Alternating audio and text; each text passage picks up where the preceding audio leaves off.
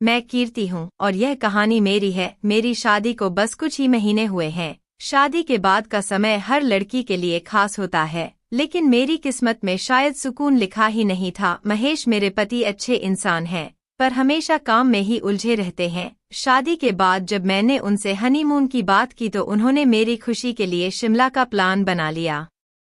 मैं बहुत उत्साहित थी। आखिरकार एक ऐसा समय मिलेगा जब हम दोनों साथ रहेंगे, दूर दूर तक कोई काम की चिंता नहीं। महेश का छोटा भाई संजू भी हमारे साथ इस यात्रा पर जा रहा था। उसने बचपन से बर्फ देखने का सपना देखा था और महेश ने उसकी इच्छा पूरी करने का जिम्मा भी इस ट्रिप में ले लिया। हालांकि हनीमून में देवर का साथ होना थोड़ा अजीब था, लेकिन क्या कर सकते थे। परिवार की हालत ऐसी नहीं थी कि 2 बार ट्रिप का खर्च उठा पाते। ट्रेन स्टेशन पर पहुंचते ही हलचल मच गई। मैं गुलाबी साड़ी पहने छोटे छोटे कदमों से प्लेटफॉर्म पर चल रही थी। संजू हमारा सामान उठाकर चल रहा था और महेश टिकट काउंटर की तरफ दौड़ रहा था। ट्रेन की सीटी बज चुकी थी। हम सब जल्दी जल्दी डिब्बे में चढ़े। अंदर पहुंचते ही मैंने राहत की सांस ली और सीट पर बैठ गई। ट्रेन धीरे धीरे चलने को तैयार थी, तभी महेश का फोन बजा। उसने फोन की तरफ देखा, बॉस का कॉल है। उसने फुसफुसाना फोन उठाया और उसका चेहरा गंभीर हो गया। कुछ ही पलों में उसका चेहरा चिंतित हो गया। महेश के सामने मुश्किल खड़ी थी, या तो वो ट्रिप छोड़ दे या अपनी नौकरी। तुम दोनों शिमला जाओ, महेश ने अचानक कहा। मैं काम पर वापस लौटता हूँ। नहीं तो नौकरी चली जाएगी, हम फिर कभी जाएंगे। यह सुनते ही मेरा मन टूट गया। हनीमून घूमने के लिए थोड़ी होता है, मैंने नाराजगी से कहा। पर महेश के पास कोई विकल्प नहीं था। उसने संजू से कहा, भाभी का ध्यान रखना, उन्हें खुश रखना। ट्रेन ने सीटी दी और महेश उतर गया। मैं उदास मन से उसे खिड़की से जाते हुए देखती रही और फिर मेरी नजरें संजू पर पड़ी। वह थोड़ा संकोच में था, लेकिन उसकी आंखों में एक अलग चमक थी। ट्रेन का सफर लंबा था। संजू और मैं आमने सामने बैठ गए। मैं चुपचाप खिड़की से बाहर देखते हुए बर्फ से ढके पहाड़ों की कल्पना कर रही थी, जबकि संजू मुझे बार बार देखता रहा। भाभी पहली बार बर्फ देखोगी? उसने मुस्कुराते हुए पूछा। मैंने सिर हिलाया, लेकिन मन में कुछ और चल रहा था। इस सफर में महेश के ना होने की कमी मुझे खल रही थी, लेकिन संजू के मासूम सवालों ने माहौल हल्का करने की कोशिश की। रात हो चली थी और ट्रेन के भीतर की हलचल कम हो चुकी थी। मुझे थोड़ी ठंड लगने लगी, लेकिन मैंने अपना सूटकेस खोलने की कोशिश नहीं की। असल में मैंने सिर्फ 6 जापानी नाइटियों को पैक किया था, जो सिर्फ महेश के लिए पहनने का इरादा था। अब वही कपड़े संजू के सामने पहनने का सोचकर मैं असहज हो रही थी। भाभी ठंड लग रही है? संजू ने पूछा और अपनी जैकेट मुझे उड़ा दी। उस समय उसकी मासूमियत ने मुझे कुछ राहत दी, लेकिन मेरे मन के भीतर हलचल मची रही। हम शिमला पहुंच चुके थे। चारों ओर बर्फ की सफेद चादर बिछी थी और हवा में सर्दी घुली थी। होटल में पहुंचने पर पता चला कि महेश ने हमारे लिए 2 कमरे बुक किए थे, एक हमारे लिए और एक देवर के लिए। लेकिन अब जब वो नहीं आया तो हमने दूसरा कमरा कैंसिल कर दिया। अलग कमरे की क्या जरूरत, मैंने खुद को समझाते हुए सोचा। यह तो संजू है, देवर है मेरा। होटल के कमरे में घुसते ही संजू ने बैग एक कोने में रख दिया। मैं थकी हुई थी, लेकिन मेरे मन में बेचैनी थी। संजू, तुम्हें भूख लगी होगी है ना? मैंने सामान्य होने की कोशिश की। हाँ भाभी, लेकिन पहले थोड़ा आराम कर लेते हैं, उसने कहा और बेड़े गया। मैंने भी अपनी जगह बनाई, लेकिन मुझे याद आया कि मेरे पास पहनने के लिए सिर्फ वही नाइटी थी। आखिरकार मैंने हिम्मत करके बैग खोला और एक सफेद रंग की नाइटी निकाली और पहनने के लिए बाथरूम में चली गई। कमरे में हीटर तो चल रहा था, लेकिन मेरे मन में अजीब सी ठंडक महसूस हो रही थी। संजू ने जैसे ही मुझे उस छोटी नाइटी में देखा, उसकी नजरें ठहर गई। मैंने खुद को संभालते हुए बेड पर लेटने की कोशिश की, लेकिन असहज महसूस कर रही थी। आप कुछ परेशान लग रही है भाभी? संजू ने पूछा। उसकी आवाज में चिंता थी। नहीं, कुछ नहीं, मैंने जल्दी से कहा और दूसरी तरफ मुड़कर लेट गई, लेकिन उसकी आंखों की वह मासूमियत मुझे बेचैन कर रही थी। रात में अचानक मुझे लगा कि संजू ने मेरी तरफ करवट ली है। उसकी सांसें मेरी पीठ पर महसूस हो रही थी। मैं घबरा गई, ऐसा लगा जैसे समय थम गया हो। मैंने अपनी आंखें बंद कर ली, लेकिन दिल की धड़कनें कानों में गूंजने लगी। तभी उसने धीमे से मेरे कंधे पर हाथ रखा। एक पल के लिए मेरी सांस रुक गई, जैसे किसी ने मुझसे मेरी आवाज छीन ली हो। मेरी हर नस तन गई और मैंने झटके से उसका हाथ हटा दिया। संजू, मेरी आवाज में घबराहट और गुस्से का मिश्रण था, लेकिन उससे पहले कि मैं कुछ और कह पाती उसने धीमे से कहा, डरिए मत भाभी, मैं सिर्फ आपका ख्याल रख रहा हूँ। उसकी आवाज में इतनी नरमी और मासूमियत थी कि मेरी जुबान लड़खड़ा गई। मैं पल भर के लिए कुछ समझ ही नहीं पाई। मेरे मन में उथल पुथल मच गई थी। यह सब गलत था, लेकिन उसके शब्दों में जो अपनापन था वह मुझे भीतर तक छू रहा था। यह सब सही नहीं है संजू, सो जाओ, मैंने खुद को संभालते हुए कहा, लेकिन मेरी आवाज इतनी कमजोर थी कि उसमें मेरी खुद की लड़खड़ा आहट छिपी नहीं रह सकी। वह चुपचाप मुझसे दूर बेड के दूसरे कोने में खिसक गया। उसकी सांसों की आवाज अब धीमी हो चुकी थी, लेकिन उसकी नजरों की आहट मैं अब भी महसूस कर रही थी। ऐसा लगा जैसे वह मेरे भीतर तक झांकने की कोशिश कर रहा हो। मुझे पता था कि कुछ भी कहना अब आसान नहीं होगा। मैंने खुद को समते हुए करवट ली और उसकी ओर पीठ कर ली, लेकिन दिल और दिमाग में हजारों सवाल उठ रहे थे। क्या यह सब सिर्फ एक मासूमियत थी, या उसके शब्दों में छिपा हुआ कोई ऐसा भाव था जिसे मैं पहचानना नहीं चाहती थी? अगले दिन हम शिमला घूमने निकले। चारों ओर बर्फीली हवाएं चल रही थी। मैं और संजू मॉल रोड पर टहल रहे थे। माहौल खुशनुमा था, आते जाते लोग चेहरों पर मुस्कान लिए हुए थे। मैं भी उस पल को जी रही थी, लेकिन तभी अचानक मेरी आंख में कुछ चला गया और मैं दर्द से चीख पड़ी। मैंने अपनी आंखें कसकर भींच ली। दर्द की एक हल्की लहर मेरे चेहरे पर साफ छलक रही थी। संजू मेरी चीख सुनकर फौरन मेरे करीब आ गया। रुको भाभी, संजू की आवाज में हल्की घबराहट थी। उसने मेरे हाथों को हल्के से नीचे किया और फिर मेरे नाजुक गुलाबी चेहरे को अपने दोनों हाथों से थाम लिया। उसकी उंगलियां मेरे गालों को छू रही थी। उसका स्पर्श इतना नर्म था कि मेरे दिल की धड़कनें अनायास तेज हो गई। लगता है भाभी कुछ चला गया है आपकी आंख में, उसने धीमे स्वर में कहा। उसकी आवाज में चिंता थी और उसकी आंखें मेरी तकलीफ पड़ रही थी। वह धीरे धीरे मेरी आंख में फूंक मारने लगा। उसकी गर्म सांसें मेरे चेहरे से टकरा रही थी और हर बार जब वह फूंक मारता मेरे गाल हल्के हल्के गर्म हो जाते। मुझे महसूस हो रहा था कि वह कितनी तन्मयता से मेरी आंख ठीक करने की कोशिश कर रहा है। आंख तो अब ठीक हो चुकी थी, लेकिन वह अभी भी मेरा चेहरा थामे हुए था। उसकी उंगलियां मेरे गालों को हल्के फुल्के से खोली तो देखा कि संजू की निगाहें अब भी मुझ पर थी। उसकी आंखों में एक गहरी कशिश थी, जैसे वो मेरी रजामंदी का इंतजार कर रहा हो। उसके चेहरे पर कुछ अनकहा था और उसकी नाक अब धीरे धीरे मेरी नाक से छूने लगी थी। उसकी निगाहें मेरे लाल होठों पर टिक गई थी। मैंने महसूस किया कि वह कुछ बोलना नहीं चाहता था,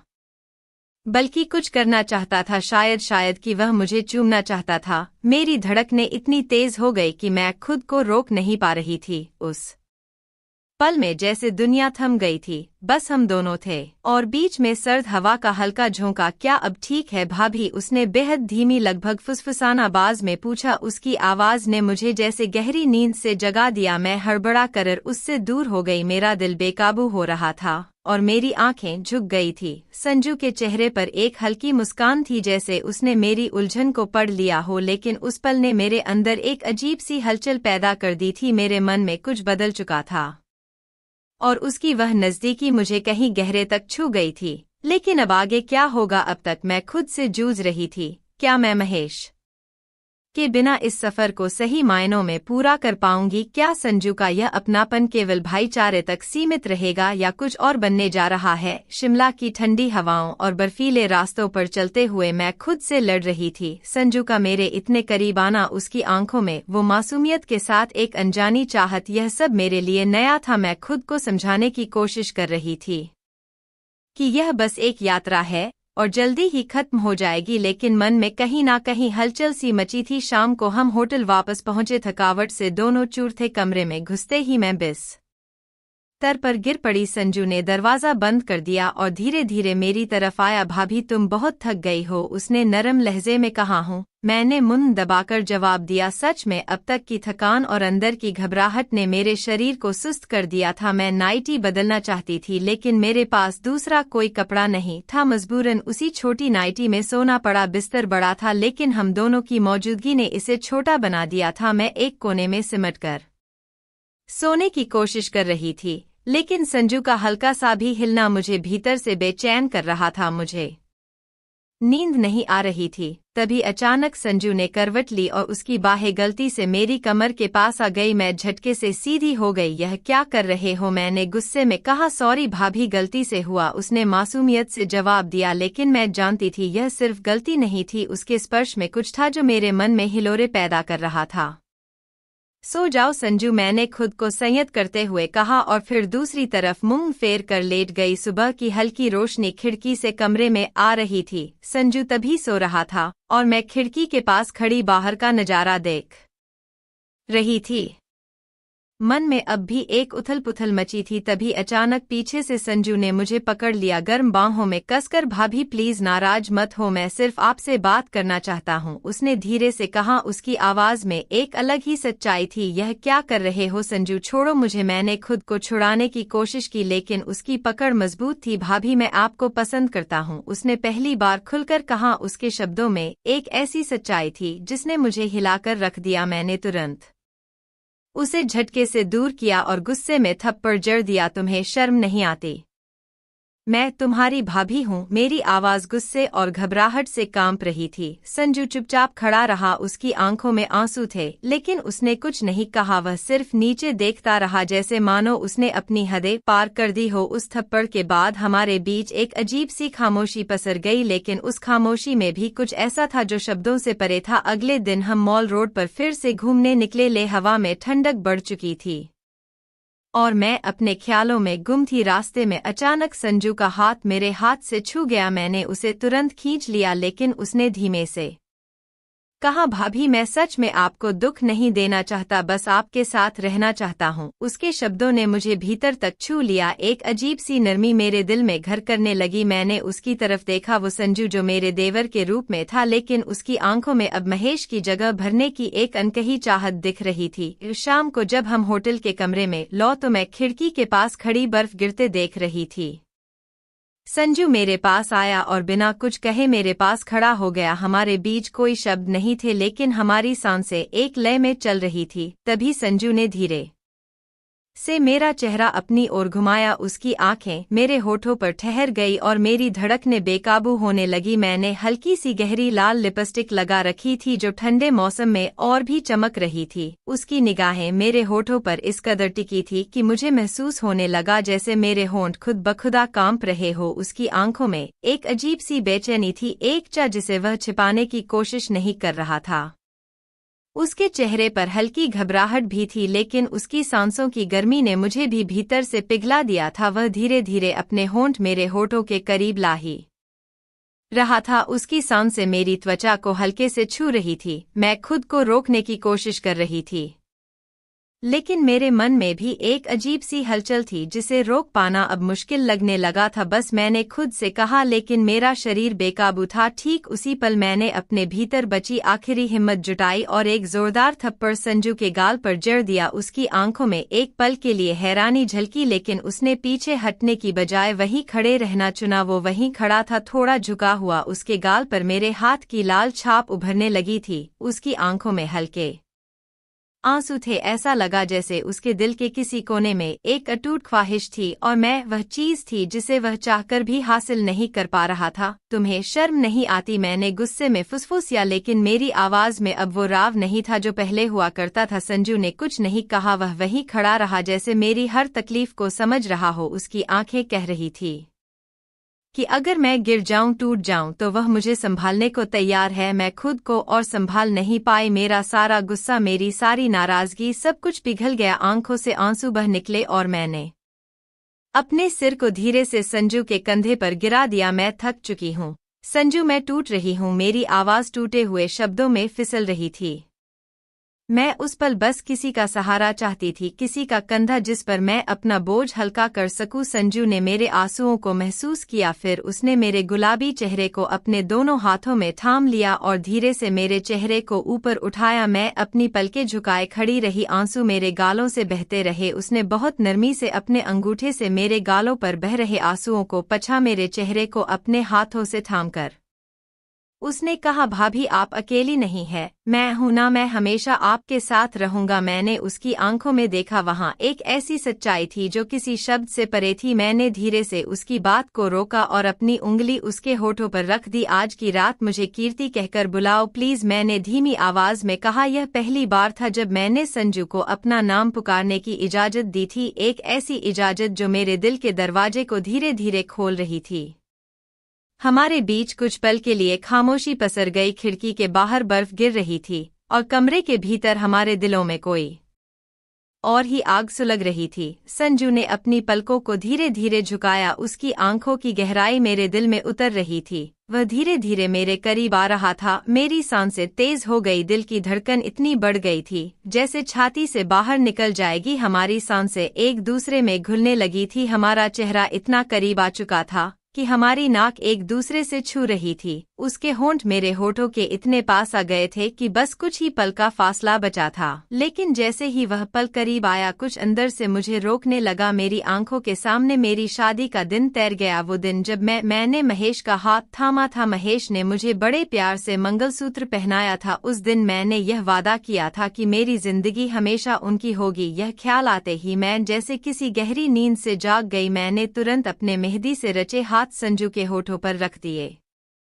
बस एक मिनट रुक जाओ संजू, मेरी आवाज में जितना संयम था उतना ही दर्द भी। वो एक पल के लिए चौंक गया। उसकी आंखों में कुछ टूटने जैसा एहसास था, जैसे उसके सबसे कीमती ख्वाब पर किसी ने चोट कर दी हो। पर मैं उस पल में भी अपने दिल की लड़ाई लड़ रही थी। मैं उससे दूर हो गई और कमरे के कोने में रखे मेज की तरफ पड़ी जहां मेरी पर्स रखी थी। मेरी उंगलियां कांप रही थी। मैंने अपने गले पर झूल रहे मंगलसूत्र को छुआ। उसकी ठंडी धातु मेरी आत्मा को चीर रही थी।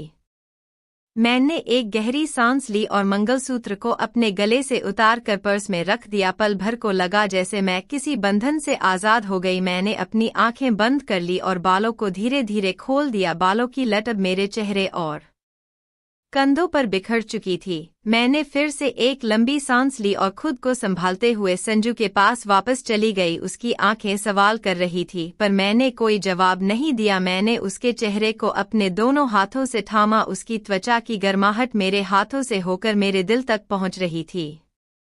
हमारी नाक फिर से एक दूसरे से छूने लगी। उसकी सांसें तेज थी और मेरी सांसें भारी, लेकिन हमारी सांसों का संगम मानो हमें किसी और दुनिया में ले गया। इस बार मैंने अपनी आंखें बंद कर ली, अपने भीतर की हर दुविधा, हर डर को कहीं पीछे छोड़ दिया और फिर मैंने उसके होठों को चूम लिया। यह चुंबन कोई साधारण चुंबन नहीं था, यह मेरे भीतर के सारे बोझ, सारी पीड़ा को बहा ले जाने वाला चुंबन था। उस चुंबन ने मेरी आत्मा को छू लिया। यह पहली बार था जब किसी ने मेरे होठों को इस तरह छुआ था। मुझे पता था कि यह गलत था। मेरी आत्मा बार बार चीख कर मुझे याद दिला रही थी कि मेरे होठों पर सिर्फ महेश का हक है, लेकिन उस पल मेरा दिल हर दूसरी आवाज को दबा चुका था।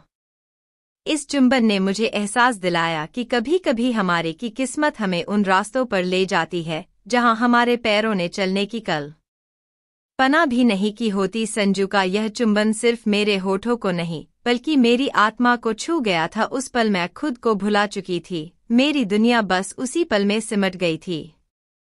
उसके होठों का स्पर्श, उसकी गर्म सांसें और वह सुकून जिसने मेरी सारी दुविधाओं को शांत कर दिया था। यह चुंबन एक अंत नहीं था, यह एक नई शुरुआत थी। हम दोनों एक दूसरे के करीब खड़े थे और धीरे धीरे खिड़की से बिस्तर की ओर बढ़ने लगे। उसके हाथ अब मेरी पीठ पर थे और मैंने भी अपने हाथ उसकी गर्दन के पीछे लपेट लिए थे। हम एक दूसरे की बाहों में समा चुके थे। हमारे कदम धीमे धीमे बिस्तर की ओर बढ़ रहे थे। उसकी उंगलियां मेरी पीठ पर हल्के हल्के घूम रही थी और मेरी सांसें तेज हो रही थी। हमने खुद को अब पूरी तरह एक दूसरे के हवाले कर दिया था। जब हम बिस्तर के पास पहुंचे, मैंने हल्के से उसका हाथ पकड़ा और उसे खींचकर अपने पास ले आई। हमारे बीच अब कोई दूरी नहीं बची थी। उसने मुझे फिर से अपने गले से लगा लिया और हम दोनों बिस्तर पर धीरे से लेट गए। मैंने रजाई को खींचकर हम दोनों पर डाल दिया। ठंडी रात में उसकी गर्म सांसें मेरे गालों को छू रही थी। मैंने उसे कसकर अपनी बाहों में भर लिया, जैसे अब कभी उसे जाने नहीं देना चाहती थी। उस रात हम दोनों ने बर्फीले मौसम के बीच वो लम्हे जिए जो हमारे दिलों में हमेशा के लिए बस गए। मैंने पहली बार खुद को आज़ाद महसूस किया, हर बंधन से, हर सवाल से। वो पल सिर्फ हमारा था। हमने किसी से कुछ नहीं कहा। वो रात हमारे बीच एक खामोश वादा बनकर रह गई, एक ऐसा वादा जिसे हमने शब्दों में नहीं लेकिन एहसासों में जी लिया था। बाहर बर्फ गिरती रही और हम दोनों रजाई के भीतर एक दूसरे की बाहों में सिमटे रहे, जैसे दुनिया की हर मुश्किल से दूर आधी रात बीत चुकी थी। कमरे में हल्की रोशनी का आभास बस खिड़की से छनकर आ रही चांदनी से था। मेरी नाइटी बिस्तर के नीचे कहीं गिर गई थी और मैं संजू की बाहों में सुकून से सोई हुई थी। उसकी बाहें मुझे इस तरह घेरे हुए थी जैसे दुनिया की कोई भी मुश्किल अब मुझे छू नहीं सकती। उसकी गर्म सांसें मेरी गर्दन पर गिर रही थी और उस पल ऐसा लगा जैसे यह बात टूटने का नाम ही नहीं लेगा। मैंने अपनी उंगलियों से उसकी हथेली को हल्के हल्के सहलाया। उसकी नींद हल्की सी खुली और उसने गहरी नींद भरी आवाज में कहा, सो जाइए भाभी। मैंने उसके सीने से सिर टिकाए हुए धीमे स्वर में कहा, संजू तुझसे कुछ मांगना है। वो थोड़ा चौकन ना हुआ। उसकी उंगलियां मेरी पीठ पर फिरने लगी। मांगिए ना भाभी। मैंने उसके चेहरे को हल्के से पकड़ा और धीमे से फुसफुसाना। उसकी उंगलियों ने मेरी ठोड़ी को हल्के से उठाया। उसकी आंखों में एक नरम भाव था। बोल कीर्ति, क्या चाहिए तुझको? मैंने उसकी आंखों में झांका और अपनी आवाज में हल्की सी मासूमियत भरी, तुम खूब पढ़ाई करना, खूब पैसे कमाना और फिर हर बार मुझे ऐसी ही किसी ट्रिप पर ले जाया करना। वो हल्के से मुस्कुराया मानो मेरी बात उसके दिल को छू गई हो। उसने बड़े प्यार से मेरे माथे पर एक चुंबन दिया, फिर मुझे अपनी बाहों में और कसक लपेट लिया। उसकी उंगलियां मेरे बालों में डूब गई और उसकी सांसें मेरे कानों के पास एक मीठी फुसफुसाना कर बिखरने लगी। मैं हमेशा तुम्हारे साथ रहूंगा कीर्ति, उसने धीरे से कहा। उसकी आवाज में एक वादा था जिसे मैं शब्दों से नहीं बल्कि दिल से महसूस कर रही थी। धीरे धीरे सुबह की पहली किरण खिड़की से झांकने लगी। मैं संजू की बाहों में सिमटी रही, लेकिन अब वक्त आ चुका था उस जादुई रात को पीछे छोड़ने का। संजू उठो, हमें चेकआउट करना है। मैंने उसके बालों में अपनी उंगलियां फिरते हुए कहा। वो हल्का सा खिंचाव लेकर जागा और मुस्कुराते हुए मेरी ओर देखा। चलो तैयार हो जाते हैं।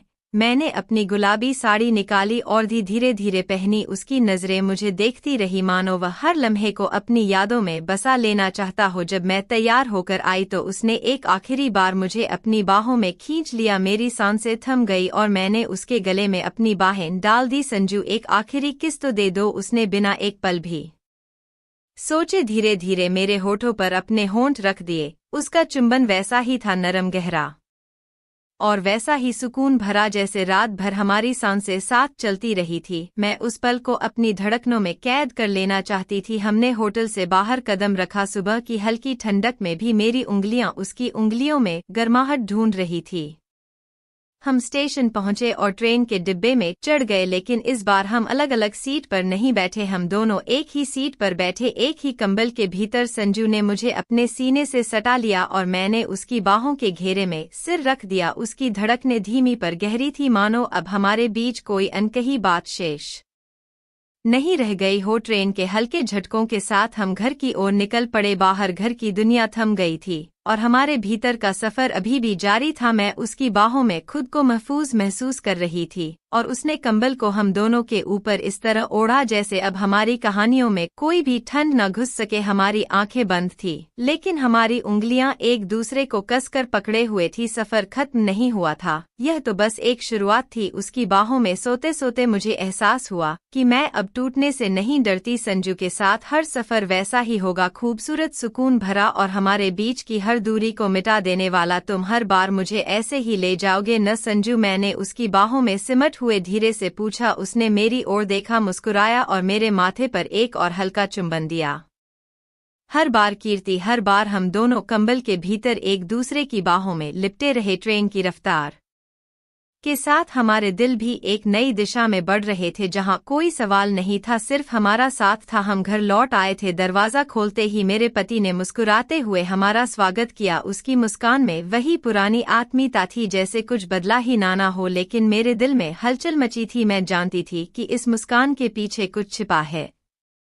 अगले दिन की सुबह संजू ने मुझे अलविदा कह दिया और वह शहर चला गया, मेरी उम्मीदों को पूरा करने, पढ़ाई करने और पैसे कमाने के लिए। लेकिन मेरे भीतर चल रहा तूफान रुक नहीं रहा था। कुछ ही दिनों बाद मुझे उल्टियां शुरू हो गई। मैंने सोचा शायद सफर की थकान है, लेकिन यह लगातार जारी रही। जब हम डॉक्टर के पास गए तो उसने मुस्कुराते हुए कहा, बधाई हो, आप मां बनने वाली हैं। मेरे पति की आंखें खुशी से चमक उठी। उन्होंने मेरे हाथ को थामा और कसकर पकड़ लिया। मुझे हैरानी हो रही थी, वह खुश क्यों है, यह सवाल मेरे मन में बार बार उठ रहा था। मैं जानती थी और वह भी जानते थे कि यह बच्चा उनका नहीं है, फिर भी वह खुशी से फूले नहीं समा रहे थे। मेरे पति की इस अजीब खुशी के पीछे छिपा रहस्य मेरी समझ के परे था। संजू भी यह खबर सुनकर बहुत खुश हुआ। उसने फोन पर कहा, अब बस और मेहनत करनी है और तुम्हारे सारे सपने पूरे करने हैं कीर्ति। अगले साल फिर चले कहीं घूमने, उसने वादा किया और फोन रख दिया। 20 साल बीत गए। बच्चा अब बड़ा हो चुका था। उसे देखते हुए मैं हर दिन संजू की यादों में डूबी रहती। मैं उसके लौटने का इंतजार कर रही थी।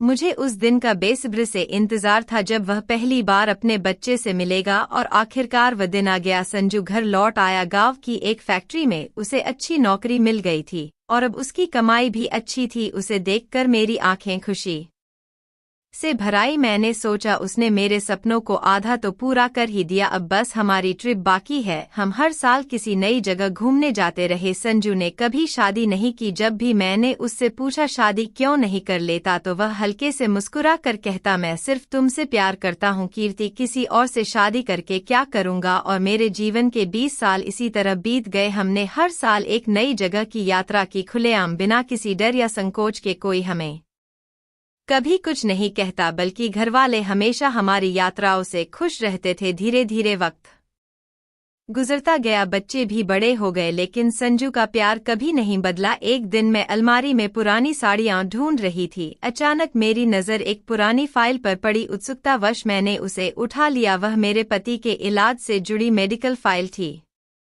मुझे याद आया कि उन्होंने मुझे शादी के वक्त बताया था कि उनकी किडनी में कुछ समस्या है, लेकिन बीमारियां तो आम सी बात है, किसी को भी हो सकती है। और वैसे भी मैं खुले विचार की लड़की हूँ, ज्यादा पढ़ी लिखी नहीं हूँ, लेकिन जिंदगी और प्यार को समझती हूँ, तो इसलिए मैंने कभी इस बारे में गहराई से नहीं सोचा था, ना ही यह फाइल कभी देखी थी। लेकिन उस दिन ना जाने क्यों मैंने फाइल को खोलकर पढ़ना शुरू कर दिया। जैसे जैसे मैं पन्ने पलट की गई, मेरे दिल की धड़कनें बढ़ने लगी और फिर एक रिपोर्ट पर मेरी नज़र अटक गई। वो रिपोर्ट हिंदी में लिखी थी तो मैं आसानी से पढ़ पाई। मेरी उंगलियां कांपने लगी और मेरी आंखें धुंधला नहीं लगी। उस रिपोर्ट में लिखा था कि मेरे पति को अजूसपर्म है, एक ऐसी बीमारी जिसमें पुरुष के शुक्राणु बिल्कुल नहीं बनते। इसका मतलब वो कभी बाप नहीं बन सकते थे। यह पढ़ते ही मेरी आंखों से आंसू बहने लगे। सब कुछ अब साफ हो चुका था। वो मुस्कान, वो खुशी, सबका मतलब समझ में आ गया था। मुझे अब समझ में आया, उस दिन भी जब हम हनीमून के लिए जा रहे थे तब कोई बॉस का फोन नहीं आया था। मेरे पति ने सब कुछ जानबूझकर किया था। वो नकली बॉस का फोन और देवर का बर्फ देखने का सपना, सब कुछ सिर्फ मेरी खुशी के लिए। उन्होंने मुझे कभी बताया नहीं, कभी जताया नहीं कि वह कभी पिता नहीं बन सकते। मेरी आंखों से आंसू रुकने का नाम नहीं ले रहे थे।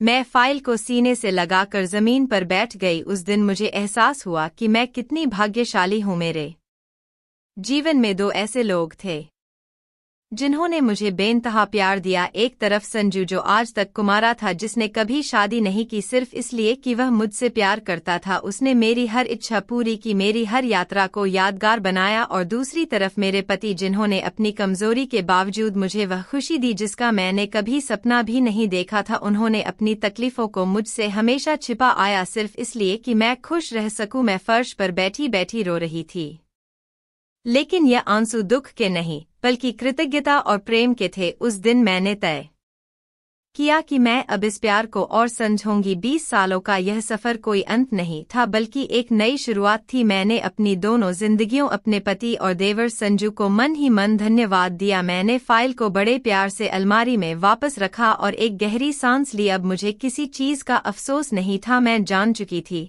कि असली प्यार क्या होता है, वो जो बिना शर्त हो, बिना स्वार्थ के हो। और मुझे गर्व था कि मैं ऐसी 2 जिंदगियों का हिस्सा थी जिन्होंने मुझे बेइंतहा प्यार दिया। एक ने मेरे सपनों को पूरा किया और दूसरे ने मेरे सपनों को जीने दिया। मैंने आंसू पोंछ और मन में एक नई उम्मीद के साथ आगे बढ़ी। अब हर साल की यात्रा सिर्फ एक सपने का हिस्सा नहीं थी, बल्कि उन दो रिश्तों का जश्न थी जो बिना किसी शर्त के मुझे प्यार करते रहे। अब मेरी जिंदगी की हर यात्रा, हर पल बस एक ही चीज का एहसास कराती थी, प्यार कभी खत्म नहीं होता, वो सिर्फ बढ़ता जाता है। तो प्यारे दोस्तों, ये थी आज की कहानी। आपको यह कहानी कैसे लगी कमेंट करके जरूर बताएं, और हाँ, चैनल को सब्सक्राइब करना ना भूले। धन्यवाद। मेरे भाई भाभी को 7 साल से बच्चा नहीं हो रहा था। मेरा तलाक हो जाने के कारण मैं अपने मायके में ही रह रही थी। अचानक मेरे भाई की मुझ पर ऐसी नजर पड़ी कि उसने मुझे भाभी की जगह लाकर एक नहीं बल्कि कई रातें भाभी समझकर मेरे साथ ही मेरी जिंदगी में कभी मैंने नहीं सोचा था कि ऐसा वक्त भी आएगा। शादी मेरे लिए एक सपना थी, खुशहाल घर, प्यार करने वाला पति और साथ में एक सुंदर भविष्य। मैंने अपनी मर्जी से लव मैरिज की थी क्योंकि मुझे लगता था कि मैंने अपने लिए सही इंसान चुना है। पर शायद मैंने जो सोचा था वह सिर्फ एक भ्रम था। मेरी शादी 1 साल भी नहीं टिक पाई। शुरुआत में सब कुछ अच्छा था। हर दिन एक नई उम्मीद लेकर आता था। हम दोनों एक दूसरे के साथ समय बिताते थे, बातें करते थे, हंसते थे। मैं सोचती थी कि अब मेरी जिंदगी पूरी हो गई है, लेकिन धीरे धीरे सब बदलने लगा। छोटे छोटे झगड़े होने लगे जो बाद में बड़े बड़े झगड़ों में बदल गए। वह मुझे समझना बंद कर चुका था और मैं भी खुद को अकेला महसूस करने लगी थी।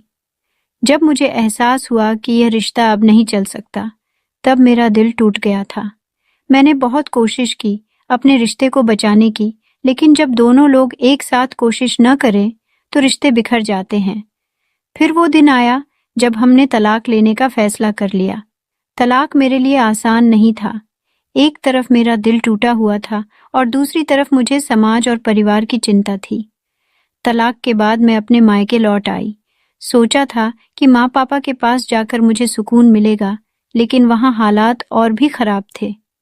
मेरे परिवार ने मुझे तलाक के लिए पूरी तरह से जिम्मेदार ठहराया। माँ, पिताजी और भाई ने मुझे ऐसे देखा जैसे मैंने परिवार की इज्जत मिट्टी में मिला दी हो। माँ अक्सर कहती थी, तुम यहाँ रहोगी तो तुम्हारे भाई का दूसरा विवाह कैसे होगा? यह बात मुझे अंदर से तोड़ देती थी। पिताजी भी मुझसे ज्यादा बात नहीं करते थे। भाई का व्यवहार बिल्कुल बदल गया था। पहले जो भाई मेरे साथ हर मुश्किल में खड़ा रहता था, अब वह मुझसे नजरें चुराता था। ऐसा लगता था कि जैसे मैंने अपने ही घर में जगह खो दी हो। मैं चाहती थी कि मेरे अपने लोग मुझे समझें, मेरा साथ दें, लेकिन हर दिन घर के ताने और उलाहने मुझे और कमजोर कर रहे थे। मुझे लगता था कि मेरे यहाँ रहने से सब परेशान हैं और शायद मैं ही इस घर की सबसे बड़ी समस्या बन गई हूँ। मायके में एक एक दिन काटना मुश्किल हो रहा था। हर कोई मुझ पर सवाल उठाता था और मुझे लगता था कि शायद मैंने ही गलती की है। लेकिन क्या सच में सिर्फ मैं ही जिम्मेदार थी? मैंने अपनी शादी को बचाने की पूरी कोशिश की थी, लेकिन जब रिश्ता एकतरफा हो जाता है तो इसे बचाना आसान नहीं होता। एक दिन मुझे मेरे चचेरे भाई अजय का फोन आया। अजय ने मुझे अपने घर बुलाया। उसे भी पता था कि उसके मामा मामी का स्वभाव कितना क्रूर है। उसने कहा, दीदी आप हमारे घर आ जाओ, यहाँ आपको सुकून मिलेगा। मैंने अपना शादीशुदा जीवन बचाने की बहुत कोशिश की थी, लेकिन मेरा पति कान का कच्चा था। उसके घर वालों ने उसके मन में मेरे बारे में गलत बातें भर दी थी। उन बातों को सुनकर उसने मुझे तलाक दे दिया। मेरी शादी 2 साल की उम्र में हुई थी और 27 साल की उम्र में तलाक भी हो गया था। खैर, मैं उन सब बातों को बार बार याद नहीं करना चाहती थी। इसलिए जब अजय ने मुझे फोन करके अपने घर बुलाया, तो उस रात मैंने निर्णय लिया कि मैं अब और अपने मायके में नहीं रहूंगी। इसलिए मैं अपना सामान समेटी और तुरंत बस में बैठकर उसके घर जाने के लिए निकल पड़ी। वैसे भी माँ बाप मुझे घर में नहीं चाहते थे, इसलिए कुछ दिन में मेरा मूड बदल जाएगा। यही सोचकर मैं अजय के घर चली गई। अजय की शादी हो चुकी थी। उसकी पत्नी का नाम प्रिया था। पिछले 7 साल से वह दोनों पति पत्नी शहर में रह रहे थे। उनका सुखी संसार था, लेकिन शादी के 7 साल बाद भी उनके बच्चे नहीं हुए थे। जिसके साथ मैं बचपन में खेली थी, जिसे मैं भाई कहकर पुकारती थी, उसके साथ एक रात ऐसी भी आने वाली थी कि मैं उसके साथ उसके बिस्तर पर होने वाली थी। यह विचार मैंने कभी सपने में भी नहीं सोची थी। अजय और उसकी पत्नी ने मेरा स्वागत बहुत खुशी से किया था, जैसे तिरस्कार मुझे अपने सगे घर वालों से मिला था। वह तिरस्कार मुझे अजय के घर पर बिल्कुल नहीं मिला था। वहां तो भाभी मेरी बहुत खातिरदारी कर रही थी। मुझे क्या चाहिए क्या नहीं, वह देख सुन रही थी। उस खुशहाल माहौल में रहना मुझे भी अच्छा लग रहा था। देखते देखते अजय के घर आए। मुझे 5 दिन हो गए थे। इन 5 दिनों में मैंने उन दोनों पति पत्नी के बीच एक बार भी झगड़ा होते नहीं देखी। लेकिन अब मेरी वजह से उनके घर में झगड़ा ना हो, इसलिए मैंने अजय से कहा कि अब मुझे अपने घर के लिए निकलना चाहिए। शायद आप लोगों को भी मेरी वजह से समय नहीं मिल पा रहा होगा इस पर, अजय ने कहा। अब समय मिलने की क्या बात है, हमारी शादी को अब 7 साल हो गए हैं। अजय ने मुझसे कुछ और दिन अपने घर रुकने का आग्रह किया, तो मैं उसके आग्रह को इनकार नहीं कर पाई। उस दिन रात को अचानक मुझे किसी की आवाज सुनाई दी। मेरा कमरा अजय के कमरे के बगल में ही था। जैसे ही मैं कमरे से बाहर आई, मुझे अजय भाई के कमरे से आवाजें आने लगी। वे अजीब सी आवाजें शायद भाभी की ही थीं। रात के समय भाभी की ऐसी आवाजें क्यों आ रही थी, यह मैं भली भांति समझ रही थी, क्योंकि एक समय मेरा भी विवाह हुआ था। वे आवाजें सुनकर अचानक मुझे अपने पति की याद आने लगी थी। मेरे मन में अनचाही भावनाएं पैदा होने लगी थी। तभी मैं अपने कमरे में गई और कानों में रुई के फाहे डालकर सो गई, ताकि मुझे वह आवाज ना सुनाई दे और मेरी आंखों के सामने अनचाहे दृश्य न आए। अगले दिन भाई के घर भाभी की मामी आई हुई थी। भाभी की मामी ने बातों बातों में कहा, प्रिया, तुम हमें दादी कब बनाओगी? तुम्हारी गुड न्यूज कब सुनने को मिलेगी? उसकी मामी के सवाल सुनकर प्रिया का चेहरा उतर सा गया था। तब अजय भाई ने कहा, हमारा फैमिली प्लानिंग है, लेकिन अभी हमने उस बारे में सोचा नहीं है। जैसे ही प्रिया भाभी की मामी वहां से गई, प्रिया भाभी मुंह लटकाकर अपने कमरे में चली गई। प्रिया को उसकी मामी के सवाल का इतना बुरा क्यों लगा, यह मुझे समझ में नहीं आया। प्रिया मुझे बहुत उदास दिख रही थी, इसीलिए मैं उसके पीछे पीछे उसके कमरे में गई। वहां मैंने उसे रोते हुए देखी। प्रिया को रोते देखकर मैं बोली, प्रिया, क्या तुम अपनी मामी के सवालों की वजह से रो रही हो? इसमें रोने की क्या बात है? अजय ने उन्हें बता दिया कि तुम्हारा फैमिली प्लानिंग है और आप लोग उसी के अनुसार चल रहे हो। इसमें बुरा मानने और रोने की कोई बात नहीं है। अब तुम शहर में रहती हो तो तुम्हारे विचार भी उच्च होंगे। शहर में रहने वाले लोग हर चीज सोच समझकर करते हैं और आजकल बच्चे को जन्म देना इतना आसान नहीं है। खर्चे भी बहुत बढ़ गए हैं। मैं बोल ही रही थी कि प्रिया अचानक मेरे कंधे पर सिर रखकर और जोर जोर से रोने लगी। फिर मैं उसकी आंसू पोंछी और उसे भरोसे दिलाते हुए पूछी, प्रिया भाभी, मुझे आपके रोने की वजह कुछ और लग रही है। जो भी हो आप मुझे बताओ। आप मुझे अपनी सहेली समझकर सब कुछ बता सकती हो। तब प्रिया बोली, निशा, अब जब तुमने मुझसे दोस्ती के नाते सवाल किया है तो मैं तुम्हें सच्चा जवाब दूंगी, लेकिन इसे सुनकर तुम ननद की तरह नहीं बल्कि सहेली की तरह समझोगी। ये वादा करो। मैंने प्रिया से वादा किया कि मैं उसे सहेली की तरह समझूंगी। तब प्रिया बोलने लगी, हमारा कोई फैमिली प्लानिंग नहीं है। सच तो यह है कि मैं कभी माँ नहीं बन सकती। मुझ में एक ऐसी कोई कमी है कि मैं माँ बनने लायक ही नहीं हूँ। मैंने प्रिया को समझाया, इसमें इतना तनाव लेने की क्या जरूरत है? तुम बिल्कुल भी तनाव मत लो। भगवान की मर्जी होगी तो सब ठीक हो जाएगा। अगर तुम्हें माता पिता बनने का सुख चाहिए तो तुम अनाथ आश्रम से कोई बच्चा भी गोद ले सकती हो। इससे तुम्हें भी मातृत्व मिलेगा और उस बच्चे को भी एक अच्छा जीवन। इस पर प्रिया ने कहा, अगर हमें बच्चा गोद लेना होता तो हम कब का ले चुके होते, लेकिन हमें ऐसा कुछ भी नहीं करना है।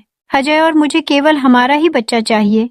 मुझ में जो कमी है अगर समाज में पता चल गया तो मेरी बहुत बदनामी होगी और यही हमें नहीं चाहिए। प्रिया का जवाब सुनकर मैंने उसे इतना ही कहा कि तुम अपनी कोशिश मत छोड़ना, एक ना एक दिन तुम जरूर माँ बनोगी। उस दिन शाम को भाई और प्रिया भाभी मुझे अपने साथ एक पार्टी में ले जाने की जिद करने लगे। वह पार्टी भाई के ऑफिस के एक दोस्त की थी। मैं उनके साथ जाने से मना कर रही थी, लेकिन प्रिया भाभी का कहना था कि हम बाहर जा रहे हैं और तुम घर में अकेली रहोगी, और मैं ऐसा नहीं चाहती कि मेरी प्यारी ननद घर में अकेली रहे। प्रिया भाभी ने मुझसे इतना आग्रह किया कि मुझे तैयार होकर उनके साथ जाना ही पड़ा। उस रात को सब कुछ बदल गया था। अजय और प्रिया ने मुझे अपने घर में बहुत प्यार और स्नेह से रखा था। जब मैं अपने मायके से निकली थी तो दिल में सिर्फ दुख और निराशा थी। मायके में मुझे ताने मिल रहे थे और परिवार वाले मुझे बोझ की तरह महसूस कर रहे थे। लेकिन यहाँ अजय और प्रिया के साथ रहने से मैंने फिर से थोड़ा सुकून पाया था। उनके बीच की समझदारी और प्यार को देखकर मुझे अच्छा लगा था। मुझे महसूस हुआ कि शायद इस घर में कुछ दिन और रुकने से मेरे दिल का दर्द कम हो जाएगा। लेकिन वह रात मेरे लिए बिल्कुल अलग थी।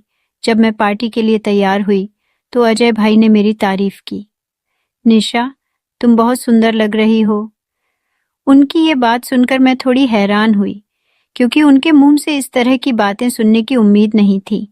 मैंने हल्की मुस्कान के साथ उनका धन्यवाद किया और प्रिया भाभी भी मुझे देखकर मुस्कुराईं। भाई के बाद प्रिया ने भी मेरी तारीफ की। पार्टी में जाते वक्त मेरा मन कुछ अजीब महसूस कर रहा था। अजय और प्रिया का प्यार भरा व्यवहार मुझे अच्छा तो लग रहा था, लेकिन कहीं न कहीं यह एहसास भी हो रहा था कि मेरे आने से उनके जीवन में कुछ बदलाव हो रहे। थोड़ी ही देर में हम उस पार्टी में पहुंच गए। पार्टी में पहुंचने के बाद भाई को जानने वाले कोई ना कोई आकर प्रिया भाभी से यही सवाल कर रहे थे कि आप गुड न्यूज़ कब दे रही हैं। प्रिया भाभी हर किसी के सवाल पर चुपचाप सिर हिला रही थी। जब मैं पार्टी से घर आई तो अपने कमरे में चली गई। कपड़े बदलकर मैं पानी पीने के लिए रसोई में जाने लगी। तभी भाई और प्रिया भाभी के कमरे से उनके झगड़े की आवाजें आने लगीं। प्रिया भाभी भाई से कह रही थी कि बच्चे होने के इलाज से मैं तंग आ चुकी हूँ। ऊपर से लोगों के सवाल, इतना कहकर प्रिया भाभी रोने लगी। दोपहर में ही मैंने प्रिया को इस बारे में समझाया था। अब बार बार उन्हीं बातों को दोहराना मुझे भी सही नहीं लगा, इसलिए मैं वहां से चली गई और रसोई में जाकर पानी लेकर सीधे अपने कमरे में चली गई। कमरे में आकर मैं किताब पढ़ने बैठ गई थी। तभी प्रिया भाभी मेरे कमरे में आई। वह मुझे थोड़ा अजीब नजरों से देख रही थी। मैंने उनसे कहा, प्रिया भाभी, अगर आप कुछ कहना चाहती हो तो यहाँ आकर बैठो। वैसे भी मैं अभी 1 घंटे तक सोने वाली नहीं हूँ। मैं आपसे बातें करने के लिए तैयार हूँ। फिर वह मेरे पास आकर बैठ गई। हमें पार्टी से घर आए 2 घंटा हो गया था, लेकिन प्रिया ने अभी तक अपने कपड़े नहीं बदले थे। प्रिया भाभी मेरा हाथ पकड़कर बोली, तू मुझे इतने प्यार से प्रिया कहती है और आज दोपहर तूने मेरे साथ एक नई दोस्ती का रिश्ता जोड़ा है। उस दोस्ती के लिए तू मेरे लिए एक काम करेगी? मैं सहज से हाँ बोली, जिस पर वह बोली, अभी ठीक से सोच लो और मुझसे वादा कर कि तुम मुझे मना नहीं करेगी। वह मुझसे क्या मांगने वाली थी यह तो मुझे पता था। या तो वह मुझे शॉपिंग पर चलने के लिए कहेगी या फिर अपने को कुछ मुद्दे मुझसे शेयर करेगी। यही सोचकर मैंने तुरंत प्रिया भाभी से वादा कर लिया। मैंने कहा, भाभी तुम जो कहोगी मैं करने को तैयार हूँ। तब प्रिया भाभी बोली, निशा मुझे माँ बनना है। उनकी बात सुनकर मैं हंस पड़ी और बोली, हाँ तुम एक ना एक दिन जरूर माँ बनोगी। मुझे पहले से ही पता था कि प्रिया भाभी इस टॉपिक पर मुझसे चर्चा करने वाली है। मैं आगे कुछ बोलती तभी प्रिया भाभी ने कहा, निशा पहले मेरी पूरी बात सुन लो। मुझे माँ बनना है, लेकिन तुम्हारे माध्यम से। मैं तुरंत प्रिया भाभी से बोली, मेरे माध्यम से इसका क्या मतलब? मैंने उनसे उल्टा सवाल कर दी, जिस पर वह बोली, अब तूने मुझे वादा किया है तो तुम मुझे मना नहीं कर सकती। फिर प्रिया भाभी कहने लगी, निशा पिछले 7 सालों से मैं माँ बनने के लिए तड़प रही हूँ। अब तक हमने अस्पताल में लाखों रुपए खर्च कर दिए हैं। ना जाने कितने इंजेक्शन और दवाएं मैंने ली हैं, लेकिन मुझे किसी का कोई फायदा नहीं हुआ। मेरी इच्छा है कि मेरे और अजय का बच्चा तेरे पेट में पल जाए, अजय और तुम्हारा बच्चा मेरे पेट में। मैंने पूछा तो मेरी बात सुनकर वह प्रिया भाभी बोली, इसका मतलब ये है कि जब तक तुम गर्भवती नहीं हो जाती तब तक तुम कुछ रातें अजय के साथ बिताओगी। प्रिया भाभी की बात सुनकर मेरे पैरों तले जमीन खिसक गई। जिसके साथ मैं बचपन में खेली थी, जिसे कल तक मैं भैया कहकर पुकारती थी, आज उसकी पत्नी मुझे उसके साथ रातें बिताने के लिए कह रही थी। मैंने प्रिया भाभी से कहा, आप होश में तो हैं? आपको समझ में आ रहा है कि आप क्या बोल रही हैं? इस पर वह बोली, हाँ मैंने यह सब सोच समझ कर ही कहा है। तुम्हें यह काम मुफ्त में नहीं करना होगा। उस दिन प्रिया भाभी ने मुझसे कहा, अजय और मैं तुम्हें 10 लाख देंगे और एक घर भी दिलाएंगे। हमें पता है कि तुम्हारे मम्मी पापा और तुम्हारे भाई तुम्हें किस तरह परेशान करते हैं। भाभी की इस बात ने मुझे सोचने पर मजबूर कर दिया। मुझे अपना खुद का ब्यूटी पार्लर खोलना था ताकि मैं खुद कमा सकूं और अपना जीवन खुशी से जी सकूं। मैं ज्यादा दिन अपने माता पिता के सहारे नहीं रह सकती थी। मैंने उनके पास से 1 लाख लेकर एक छोटा सा पार्लर कोर्स करी थी, लेकिन बड़े पार्लर के लिए प्रोफेशनल कोर्स करना जरूरी था। 10 लाख से मैं एक अच्छा और महंगा प्रोफेशनल कोर्स कर सकती थी। इतना ही नहीं, मैं अपना बड़ा पार्लर भी खोल सकती थी, जिससे मेरी अच्छी कमाई शुरू हो जाती। आखिरकार मैं भाभी की दी हुई पेशकश को मान लिया और उनके बच्चे को जन्म देने के लिए तैयार हो गई। लेकिन मैं भाभी से पूछी, क्या इन सभी चीजों के बारे में भैया को भी पता है? तब भाभी ने कहा, तुम्हारा भैया भी इसके लिए तैयार है, और हाँ, आज के बाद उसे भाई मत कहना, उन्हें अजय कहकर बुलाना। फिर वह मुझे भैया के कमरे में ले गई। मुझे देखकर भैया खड़ा हो गया। भाभी ने उसे देखकर हाँ में सिर हिलाया। फिर भैया ने मुझसे पूछा, निशा, क्या तुम सच में तैयार हो? मैंने जवाब दिया, हाँ भाई। तभी भाभी ने तुरंत कहा, अब भाई नहीं, केवल अजय बोलो भाभी, और भाई को उनका बच्चा चाहिए था। भाभी ने मां बनने के लिए बड़ा त्याग करने का फैसला किया था। मेरी उम्र अभी 27 साल हो चुकी थी और मुझे नहीं पता था कि मैं आगे शादी करूंगी या नहीं। अगर मैं किसी की मदद कर सकती थी तो मुझे इससे इनकार क्यों करना चाहिए? वैसे भी अजय मेरा चचेरा भाई था और वह मुझसे बड़ा था, इसीलिए हमारी शादी नहीं हो सकती थी। बचपन से हमारा सिर्फ भाई बहन का रिश्ता था, लेकिन मैंने सब भूलने का फैसला किया। मुझे अपने काम का पैसा और मेरा हक का घर मिलने वाला था, जिससे भविष्य में मुझे किसी के सामने हाथ फैलाने की जरूरत नहीं होगी। मैं पक्का इरादा कर ली थी कि मैं अपने माता पिता के पास नहीं जाऊंगी। कुछ ही महीनों में मेरे माता पिता ने मेरा जीना मुश्किल कर दिया था। मैं अपने विचारों में खोई हुई थी। तभी अचानक भाभी की आवाज सुनाई दी। उन्होंने कहा, अभी हम बाहर पार्टी से आए हैं, तुम भी थकी होगी, इसलिए आज आराम कर लो। हमने जो कुछ भी तय किया है उसकी शुरुआत कल से होगी। मैंने हाँ में सिर हिलाया और अपने कमरे में चली गई। समय जल्दी बीत गया और अगला दिन आ गया। अगली सुबह उठते ही मन में हलचल मची रही। कमरे से बाहर आई तो प्रिया भाभी और अजय चुपचाप नाश्ता कर रहे थे। माहौल में एक अजीब सी शांति थी, जैसे हम सब जानते थे कि कुछ बड़ा होने वाला है, लेकिन कोई उस पर बात नहीं करना चाहता था। प्रिया भाभी ने मेरी तरफ देखा और धीरे से मुस्कुराई, मानो कह रही हो, सब ठीक हो जाएगा। मैं भी हल्के से मुस्कुराई, लेकिन अंदर से मेरी उलझनें बनी रहीं। नाश्ता खत्म होते ही प्रिया भाभी ने मुझसे कहा, निशा, आज से हम अपनी योजना पर काम शुरू करेंगे। मैं चाहती हूँ कि तुम खुद को तैयार कर लो। मैंने बिना कोई विरोध किए सिर हिला दिया। मैं जानती थी कि अब पीछे हटने का कोई रास्ता नहीं था। जो फैसला मैंने कल रात किया था वह मेरे भविष्य के लिए एक बड़ा कदम था। प्रिया भाभी ने मुझे अपनी योजना के पहले चरण के बारे में बताया। वह चाहती थी कि मैं और अजय एक दूसरे के साथ थोड़ा वक्त बिताएं, ताकि हम दोनों एक दूसरे के साथ सहज हो सकें। हालांकि यह मेरे लिए बेहद अजीब था, क्योंकि अजय हमेशा से मेरे लिए भाई की तरह रहा था। शाम को प्रिया भाभी ने हम दोनों को एक साथ वक्त बिताने का सुझाव दिया। वह चाहती थी कि हम एक रेस्टोरेंट में साथ डिनर करें, ताकि माहौल थोड़ा हल्का हो सके। मैंने खुद को तैयार किया, लेकिन दिल में बेचैनी थी। जब हम रेस्टोरेंट पहुंचे तो माहौल थोड़ा सामान्य था, लेकिन फिर भी कुछ न कुछ अजीब सा लग रहा था। अजय भी मुझसे ज्यादा बात नहीं कर रहा था और मैं भी चुप थी। हमारी बातचीत सामान्य ही थी, लेकिन हर सवाल और जवाब के पीछे एक असहजता छिपी थी। रात में खाना खाने के बाद मैं अपने कमरे में चली गई। कुछ ही देर में भाभी मेरे कमरे में आई। उनके हाथ में एक नाइट गाउन था। भाभी ने मुझे जो नाइट गाउन पहनने के लिए दिया था वह काफी बोल्ड था। भाभी ने कहा, अजय मेरे सिवा किसी और लड़की की तरफ नहीं देखता है, लेकिन अब वह जो कुछ भी करेगा वह हमारी दोनों की सहमति से ही करेगा। मुझे पता है कि वह तुम्हारे पास आने में कितना झिझकेगा। तुम्हें इस बोल्ड नाइट गाउन में देखकर उसकी झिझक दूर हो जाएगी, इसलिए मैं तुम्हें यह कपड़े दे रही हूँ।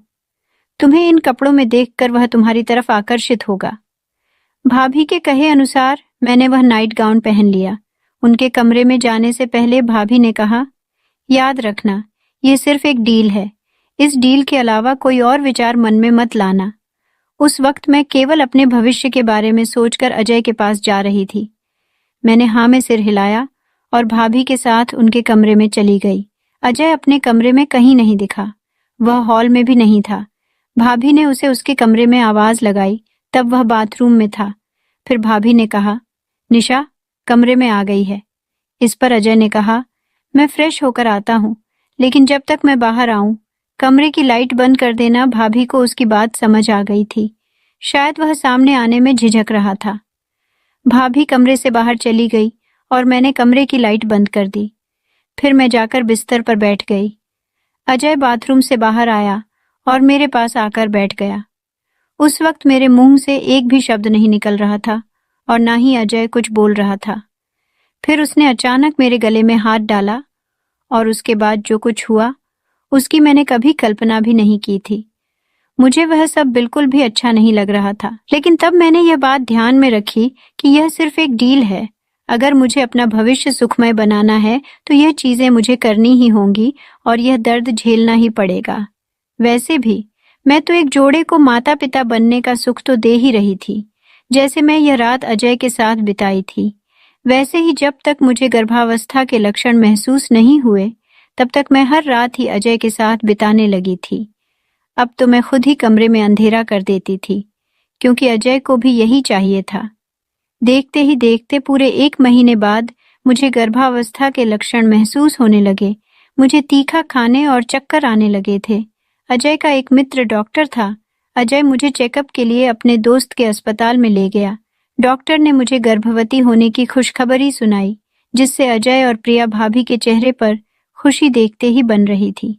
मैं भी उनकी खुशी में शामिल थी। अब भाभी और अजय पहले से ज्यादा मेरी देखभाल करने लगे थे। अजय की मेरे प्रति चिंता बहुत बढ़ गई थी। उसने सभी रिश्तेदारों को बताया कि भाभी गर्भवती हैं। उन पर जो बड़ा धब्बा था वह जल्द ही मिटने वाला था। वे भले ही अपने पत्नी के बच्चे होने का बहाना बना रहे थे, लेकिन गांव में कुछ महिलाएं भाभी को बांझ कहने लगी थीं। जल्दी में उनके हाथ में उनका बच्चा देकर उन्हें इन तानों से मुक्ति दिलाने वाली थी।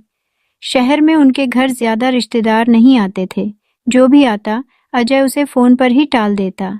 अब तो अजय ऑफिस जाते समय घर को बाहर से लॉक कर देता था, ताकि कोई घर पर आ भी जाए तो ताला देखकर वापस लौट जाए। ऐसा करने से मैं किसी के सामने नहीं आ सकती थी और भाभी का पेट दिखने का सवाल ही नहीं उठता था, जिससे उन्हें किसी के सवालों का सामना नहीं करना पड़ता था।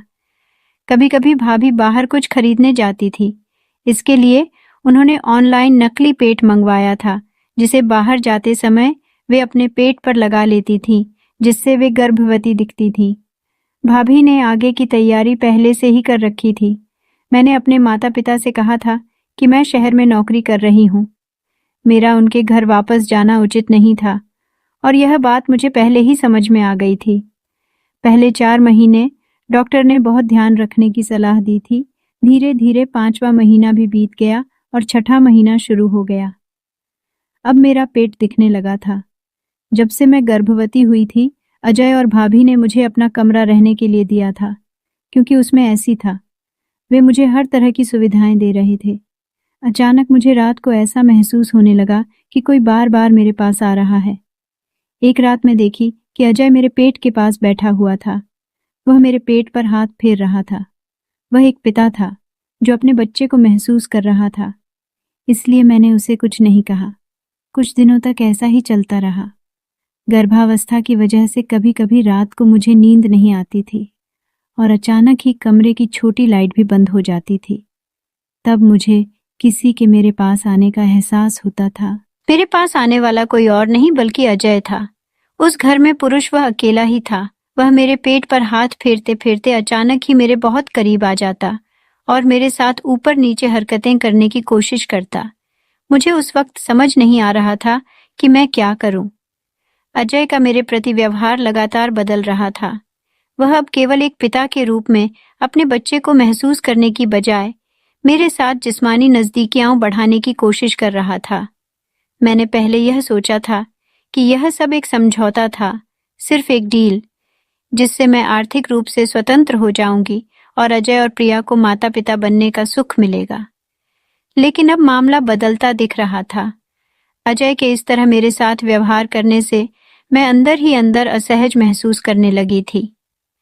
मैंने खुद को याद दिलाया कि यह सिर्फ एक वक्ती स्थिति थी और जैसे ही बच्चा पैदा हो जाएगा यह सब खत्म हो जाएगा। मगर यह आत्मविश्वास अब धीरे धीरे टूटता जा रहा था। अजय का मेरे प्रति आकर्षण अब पहले से कहीं ज्यादा स्पष्ट हो गया था। उसकी हरकतें अब मुझे परेशान करने लगी थी। एक रात जब वह मेरे बहुत करीब आ गया और मुझे छूने लगा तो मैंने उसे रोकने की कोशिश की। अजय, ये सब बंद करो, ये केवल बच्चे के लिए है और कुछ नहीं, मैंने सख्त लहजे में कहा। अजय ने मेरी बात सुनी, लेकिन उसकी आंखों में एक अजीब सी चमक थी। तुम तो जानती हो कि हम अब साथ हैं, उसने कहा। हम दोनों ही इस डील का हिस्सा हैं। मुझे उसके शब्दों ने झकझोर दिया। मैंने खुद को संभाला और उसे धकेल कर पीछे किया। ये सब सिर्फ एक डील थी और कुछ नहीं। तुमने और भाभी ने मुझसे वादा किया था कि यह सब बच्चे के लिए होगा, बाकी कुछ नहीं। मैंने इसके बारे में भाभी को बताई तो वह कहने लगी, तुम कुछ भी बकवास मत करो अजय, रोज मेरे पास ही सोते हैं। उसे मुझसे ज्यादा हमारे बच्चे की परवाह है। अगर उसने तुम्हारे साथ कुछ किया होता तो तुम मेरे सामने खड़ी होकर इतनी बातें नहीं कर रही होती। भाभी को मेरी बात झूठी लग रही थी, लेकिन अब अजय रोज मेरे पास आने लगा था। भाभी ने मुझे समझाया था कि यह सिर्फ हमारी डील है, लेकिन वह अपने पति को यह समझाना भूल गई थी। क्या अजय मुझसे प्यार करने लगा था? भले ही वह मुझसे प्यार करने लगा हो, लेकिन मैं उससे प्यार नहीं करती थी। एक रात अजय फिर मेरे कमरे में आया। उस समय कमरे में पूरी तरह अंधेरा था। वह मेरे पास आकर मेरे शरीर पर हाथ फेरने लगा। मैं बार बार उसे अपने से दूर कर रही थी, क्योंकि मेरा भारी पेट संभल नहीं रहा था और उसी में अजय की हरकतें शुरू हो गई थीं। मेरे मन में अलग अलग विचार आ रहे थे। मैं बार बार उसे कह रही थी, तुम यह क्या कर रहे हो? लेकिन वह बिना कुछ बोले अपनी हरकतें जारी रखे हुए था।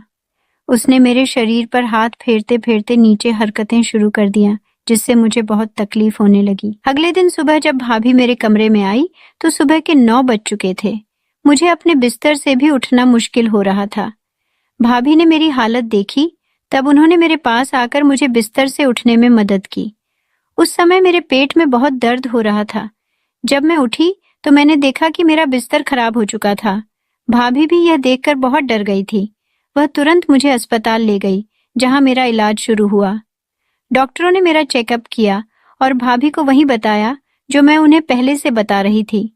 डॉक्टरों ने सही दवाइयां दी, जिससे कुछ हद तक स्थिति नियंत्रण में आ गई थी, लेकिन डॉक्टर ने कहा कि आगे ऐसा नहीं होना चाहिए, वरना बच्चे और मां दोनों की जान खतरे में पड़ सकती हैं। गर्भवती महिला की सही देखभाल की जानी चाहिए और गलती से भी दोबारा इनका पति उनके साथ ऐसी हरकतें ना करें। यह बात डॉक्टर ने भाभी के सामने स्पष्ट रूप से कही थी। फिर हम घर लौट आए। अब भाभी बिल्कुल शांत थी। फिर मैं ही पहले बात शुरू की। मैंने उनसे कहा, भाभी, कुछ दिनों पहले मैंने आपको यही बताया था कि रात को अजय मेरे कमरे में आता है। वह सिर्फ पेट पर हाथ नहीं फेरता, बल्कि और भी गलत हरकतें करने की कोशिश करता है। लेकिन आपने मुझ पर विश्वास नहीं किया। आज जो डॉक्टर ने कहा उससे आपको समझ में आ गया होगा कि मैं झूठ नहीं बोल रही थी। तब भाभी ने मुझसे माफी मांगी। उन्होंने कहा, निशा, मुझे माफ कर दो, मैंने तुम्हारी बातों पर ध्यान नहीं दिया। पुरुष की जात कभी बदल नहीं सकती, यह मैं भूल गई थी। मुझे अपने प्यार और अजय पर पूरा विश्वास था। मुझे कभी नहीं लगा था कि वह ऐसा कुछ कर सकता है। आज सुबह वह जल्दी ऑफिस चला गया था, इसीलिए यह बातें उसके सामने नहीं आई। लेकिन अब मैं उसे रंगे हाथ पकड़कर सवाल जरूर पूछूंगी। भाभी ने मेरा साथ दिया। गर्भावस्था के दौरान मेरे साथ क्या क्या हो रहा था, यह उन्हें भी समझ में आ गया था। मैंने भी कभी नहीं सोची थी कि अजय ऐसा व्यवहार करेगा। गर्भावस्था में भी मैं इस तरह की गलत हरकतों का शिकार हो रही थी। आज रात भी जब मैं अपने पेट पर उसका हाथ महसूस कर रही थी, फिर कुछ ही देर में अजय ने फिर से अनुचित हरकतें करने लगा। फिर जब वह मेरे गाउन को नीचे से सरकाया, तभी मैं जोर जोर से चिल्लाने लगी, आप, आज तो अजय ने हद ही कर दी थी। उसने मेरे मुंह पर हाथ रखकर मेरी आवाज बंद करने की कोशिश की। तभी कमरे की लाइट जल गई। लाइट जलते ही वह अपने चेहरे पर हाथ रखकर मुझसे दूर हो गया। खुद को संभालते हुए मैं बिस्तर से उठी। तब मैं सामने जिस व्यक्ति को देखी, उसे देखकर मेरे और भाभी की आंखें फटी की फटी रह गईं, क्योंकि वह अजय नहीं बल्कि उसका दोस्त था। कुछ महीने पहले अजय मुझे और भाभी को अपने उसी दोस्त के घर पार्टी में ले गया था। वही दोस्त मेरे कमरे में था। भाभी ने उसे जोरदार थप्पड़ मारे। तब उसने सब कुछ बताना शुरू किया। वह कुछ बोल ही रहा था कि तभी अजय वहां आ गया। अजय यहाँ अपने दोस्त को देखकर हैरान था। उसने अपने दोस्त की कॉलर पकड़कर उसे वहां से ले जाने की कोशिश की, लेकिन भाभी ने अजय को रोका और कहा, यह यहाँ कैसे आया और कब से आ रहा है? यह सब मैं जाने बिना इस नीच को मैं यहाँ से जाने नहीं दूंगी। अजय अपने दोस्त को कुछ बोलने ही नहीं दे रहा था। ऐसा लग रहा था कि अजय का इसमें हाथ है। तभी भाभी की आवाज इतनी तेज हो गई कि अजय भी एक कोने में जाकर खड़ा हो गया। अजय के दोस्त का नाम विक्रम था। भाभी ने उसे सवाल किया तो वह बोलने लगा।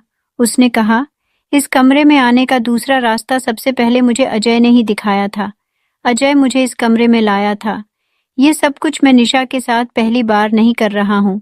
ये सब कुछ शुरू हुआ था निशा को गर्भवती करने से। उसके पेट में पल रहा बच्चा भी मेरा ही है। अजय ने मुझे अपनी समस्या के बारे में बताया था। उसने मुझे बताया था कि वह कभी बाप नहीं बन सकता। ये सच कभी सामने ना आए, इसलिए उसने मेरी मदद ली। उसकी जगह आकर मैंने निशा को गर्भवती किया। तब से रात में निशा के साथ अजय नहीं बल्कि मैं था। विक्रम की बातें सुनकर भाभी थर-थर कांपने लगी।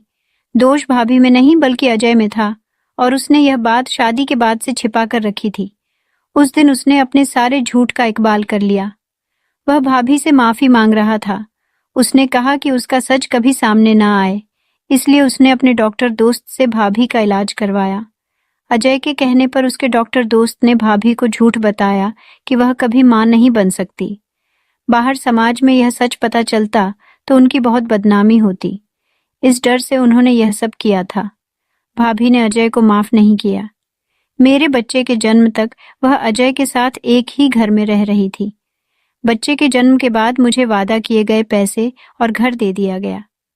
उसके बाद भाभी उस बच्चे को लेकर अपने मायके चली गई। भाभी ने अजय से दूर जाकर उसको अच्छी सजा दी और विक्रम को भी भाभी ने जेल की हवा खिला दी। पति पत्नी के रिश्ते में झूठ का कोई स्थान नहीं होता, क्योंकि यह रिश्ता विश्वास पर टिका होता है।